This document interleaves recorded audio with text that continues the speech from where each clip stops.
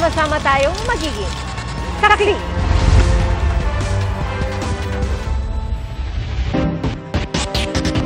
Dalawang opisyal ng Office of the Vice President ang pinakontempt sa pagdinig ng House Committee on Good Government and Public Accountability na sumisiyasat sa paggamit ng OVP ng confidential funds. Ang isa idedetain sa Kamara at ang isa pa sa bikutan sa Taguig. Muli ring naungkat ang mga questionable umanong acknowledgement receipts. Saksi, si Marisol Abdurrahman. Sa pagpapatuloy ng pagdinig ng House Committee on Good Government and Public Accountability, lumalabas na hindi lang si Mary Grace Piatos ang questionable umanong pangalang nakapirma sa acknowledgement receipts ng Office of the Vice President. Ang isang resibo, pirmado ng isang Kokoy Villamin. Siya rin ang nakapirma sa isang resibo ng Department of Education, pero iba ang pirma sa dalawang AR. On the left side, with black ink, that's from the OVP. On the other side is from DepEd. Okay, pakibasa po yan, yung pangalan din po dyan sa DepEd. Parang parehas po, Mr. Chair. Parehas po, no? Yes, Mr. Chair. It's very obvious, Mr. Chair, na hindi lang po si Mary Grace Piatos ang nakita po nating questionable. Nakikita din po natin na may mga acknowledgement receipts, Mr. Chair, na pare-pareho yung pangalan, na magkakaiba yung date, na magkakaiba yung kanilang pirma, Mr. Chair. Pinuna rin ng mga mambabatas kung paano nakapag-disburse ang dating DepEd Special Disbursing Officer na si Eduard Fajarda sa maraming lugar sa bansa sa loob lang ng isang araw noong February 21, 2023. Ayon kay Congressman Royce Gutierrez, noong February 21, 2023, isang araw matapos makapag-encash ng 37.5 million pesos si Fajarda, lumabas sa acknowledgement receipts na nakapag-disburse si Fajarda sa 7 magkakaibang lugar sa bansa. Malolos, Davao, San Francisco, Agusan del Sur, Makati City, Negros Oriental, Negros Occidental, and Davao City. In Pasig po na encash, and immediately the next day, he traveled to these 7 places and have these 7 ARs. Did this not raise a red flag of the impossibility of this occurring? Well, it does, sir. At ayon pa kay Congressman Royce Gutierrez, noong March 15, umabot sa 26 ang mga disbursement ni Fajarda sa magkakaibang lugar sa Luzon, Visayas at Mindanao. Attorney Camora, let's give him a helicopter. I don't think he'll do that in one day. So it really raises a question. How did SDO Fajardo certify and say that he personally disbursed this? Gusto ngayon paberipika ng Kamara sa Philippine Statistics Authority kung may mga tunay na tao ang nakapirma sa mga AR. I-refer din ito sa NBI at PNP para masuri ang mga pirma. Isa si Fajarda sa mga opisyal ng OVP na hindi sumipot sa pagdinig ngayong araw sa kabila ng pagkaka-cite in contempt ng komite. No-show rin sina dating Deputy Assistant Secretary Sunshine Chari Fajarda, OVP Special Disbursing Officer Gina Acosta at Assistant Chief of Staff and Bids and Awards Committee Chair Lemuel Ortonio. Si Ortonio muling ipinakontempt ng komite at iniutos na makulong sa bikutan sa loob ng 10 araw. Sumulat umano si Ortonio na pupunta siya sa hearing at hiniling na alisin ang contempt order laban sa kanya, pero di siya dumating. Hindi dumulo sa pagdinig ngayong araw si Vice President Sara Duterte na dati na nagsabing nasasayang lang ang kanyang oras dahil hindi naman daw siya tinanong nang huli siyang dumalo rito. Dati nang sinabi ng bise na walang maling paggamit sa kanyang confidential fund. Ganito rin ang sinabi ng bise sa kanyang sulat sa komite. Pero sabi ng komite, hindi nila tinanong ang bise nung dumalo ito dahil hindi naman daw siya under oath. Makailang beses din daw nilang inibitahan ang Vice President. Ang dumalo sa hearing kanina, Chief of Staff ni VP Sara na si Artine Zulaika Lopez. I am purely handling, as I mentioned, operational concerns. Although I would wish to answer really respectfully as regards the matter of the confidential expenses, it is something that I have not really been privy to from the very beginning.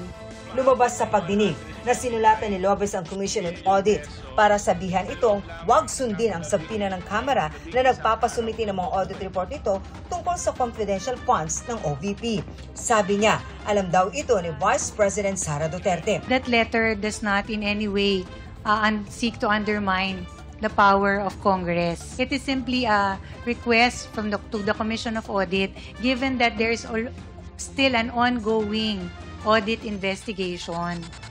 That's why we requested that since hindi pa naman po natatapos yung audit, hindi naman po din tama na ibibigay na muna yung ganong documents. But Attorney Lopez, that is not a call for you to make.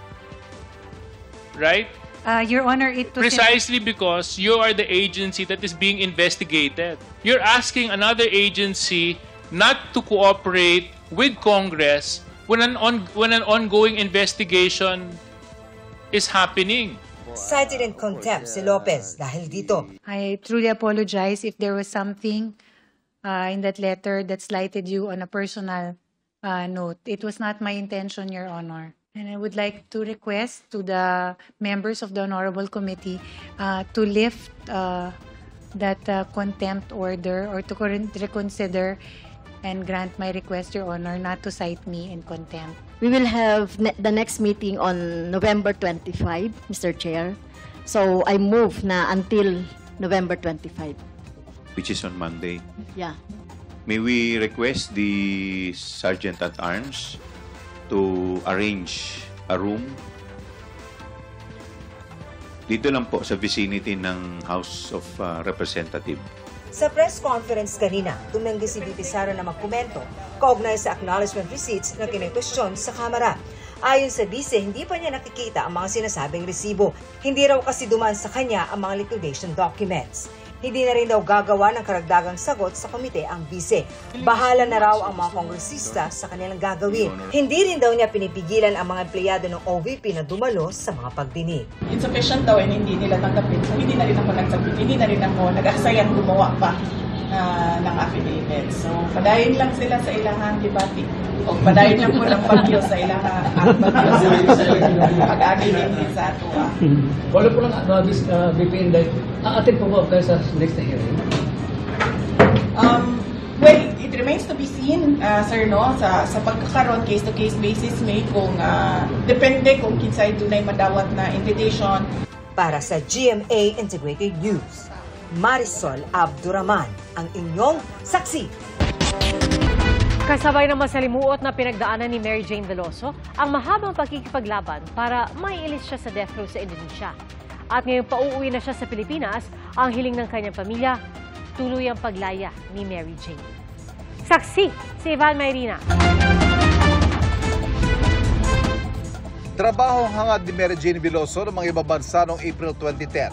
Pero lingid daw sa kanyang kaalaman ang pinabitbit umano sa kanyang maleta ng recruiter pa Indonesia. May laman palang mahigit 2 kilong heroin. Nadiskubre mga ito pagdating niya sa Yogyakarta Airport. 6 na buwan matapos yan, hinatulang guilty sa kasong drug trafficking si Veloso at sinintensyahan ng kamatayan. Kami po ay natatakot. Nagbuhat nung nakulong po yan ako dahil yung nag-recruit sa kanya, tinatakot po kami. International na syndicate daw po sila. Baka raw kami isa-isain o yung anak namin napapatayin nila sa Indonesia. Pagkatapos sa mahigit 1 dekada sa death row, makakauwi na sa Pilipinas si Mary Jane. Ito na po ang pinakamasaya sa buhay namin, buong pamilya. Lalo-lalo na po yung mga anak niya. There must be a reason for the president to be this confident. If you mean may written agreement, wala pa yung sagot. Pero sila mismo ang unang pumunta sa atin to talk about this. So we're extremely confident it will happen. And certainly our president must be privy of information which would explain his confidence. Sabi ni Pangulong Bongbong Marcos ang pagpapauwi kay Veloso, bunga ng mahigit 1 dekadang pakikipag-usap sa pamahalaan ng Indonesia. Nagpasalamat din siya sa bagong Pangulo ng Indonesia na si Prabowo Subianto. 14 na taon at 3 administrasyon nga ang inabot ng laban para maisalba ang buhay ni Veloso. Ilang beses inapila ng Pilipinas ang kanyang kaso. Noong April 2015, napabilang si Veloso sa 10 convict na itinakdang bitayin sa Indonesia. Pero hindi natuloy matapos sulatan ni Noy Pangulong Noynoy Aquino, si Noy Indonesian President Joko Widodo para humiling ng clemency para kay Mary Jane. Direkta rin kinausap ni Aquino sa telepono ang Noy Indonesian Foreign Minister at nagpropose ay konsiderang gawing testigo si Veloso laban sa mga nag-recruit sa kanya. The Indonesian government has stayed the implementation of the death sentence on our kababayan Mary Jane Veloso. Yes.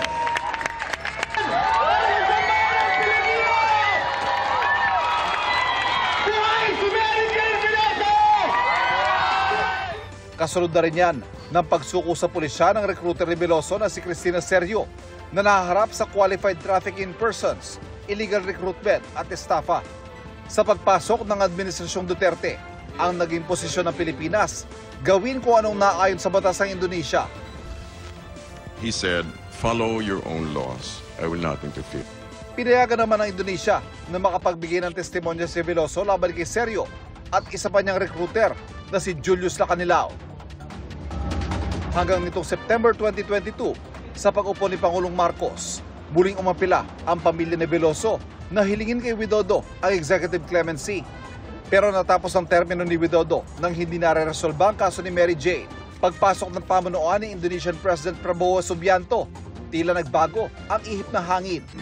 Ay kay Indonesian Chief Minister for Law and Human Rights, Yusril Iza Mahendra, ang pagpapauwi kay Veloso ay sa ilalim ng bagong polisiya ng Indonesia na transfer of prisoners. Tinanggap daw ng Pilipinas sa mga inilatag nilang kondisyon para rito, kabilang ng paggalang sa desisyon ng kanilang korte. Kaya pag-uwi sa Pilipinas si Mary Jane, hindi sa tirahan sa Nueva Ecija ang kanyang diretsyo, kundi sa piitan, natutukuyin pa ng pamahalaan. Ang Correctional Institute for Women sa Mandaluyong, ang isa sa mga tinitignan pwedeng pagdalhan kay Mary Jane. Makulong man, ligtas na si Mary Jane mula sa bitay dahil batid naman ng Indonesia na walang death penalty sa Pilipinas. Pagdating ho niya dito, she will be serving the sentence that was meted in Indonesia.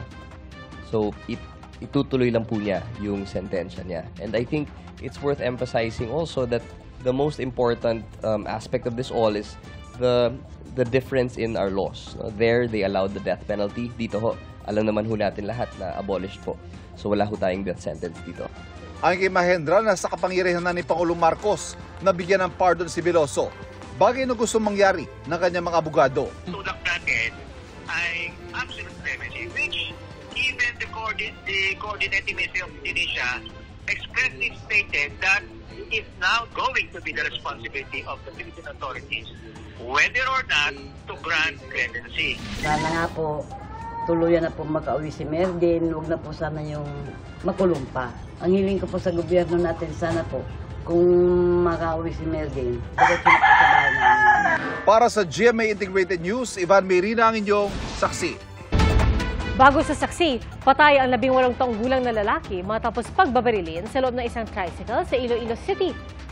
Saksi, si Kim Salinas ng GMA Regional TV. Pagkahinto ng tricycle na ito sa Iloilo City, nagtatakbo ang 16 anyos na binatilyo na si alias Makoy na isa sa mga sakay. Pero ang kasama niya sa tricycle na 18 anyos, pinagbabaril ng mga salaring nakamotorsiklo. Mabilis na umalis ang mga sospek. Sa hot pursuit operation, arestado ang itinuturing na principal suspect sa krimen. Ayon sa mga pulis, sa salaysay ni alias Makoy, pinapunta nila ng suspect ang biktima sa isang boarding house para doon isagawa ang krimen. It only shows nga si alias Makoy, knowledgeable siya nga may mahitabo nga amo to nga incident. Kabilang sa tinitingnang anggulo ang iligal na droga. Siya ang ga-order kay Makoy nga hilaan na pakadto adiri. Kay may utang pa gani nga wala pa mabayaran si CJ na ang transaction is in terms sa drugs. Nga ginapaningil na kuno sang babaw. Tumangging magpa-interview ang pamilya ng biktima. Inihahanda na rin ang reklamo laban sa principal suspect kay alias Makoy at dalawa pang individual.